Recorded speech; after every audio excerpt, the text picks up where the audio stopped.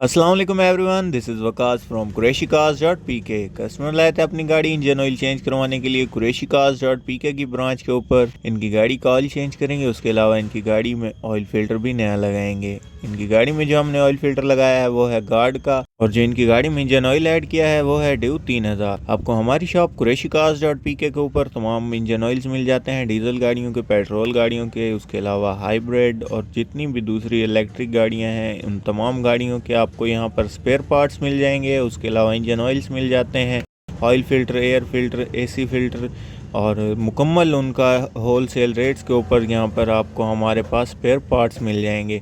उसके अलावा हमारे पास सनशेड्स का मुकम्मल स्टॉक अवेलेबल है, इसमें आपको तमाम गाड़ियों के सनशेड्स मिल जाते हैं।